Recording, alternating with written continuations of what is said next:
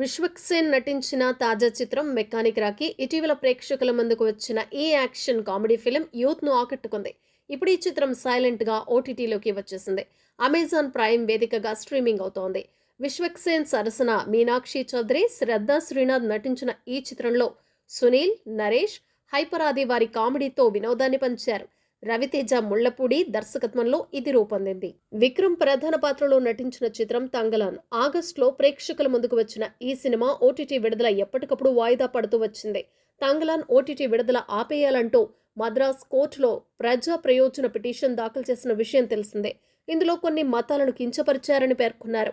అయితే ప్రభుత్వ నిబంధనల మేరకు సెన్సార్ సర్టిఫికెట్ పొంది థియేటర్లో విడుదలైంది కాబట్టి ఓటీటీ విషయంలో నిర్ణయం తీసుకోలేమని కోర్టు తెలిపింది. ఓటీటీ విడుదల చేయడానికి ఎలాంటి అడ్డంకి లేదని ఆదేశించింది. దీంతో దీన్ని ఓటీటీ రిలీజ్కు లైన్ క్లియర్ అయింది. తాజాగా నెట్ఫ్లిక్స్ వేదికగా అందుబాటులోకి వచ్చింది. తమిళ, తెలుగు, కన్నడ, మలయాళ భాషల్లో ఇది స్ట్రీమింగ్ అవుతోంది.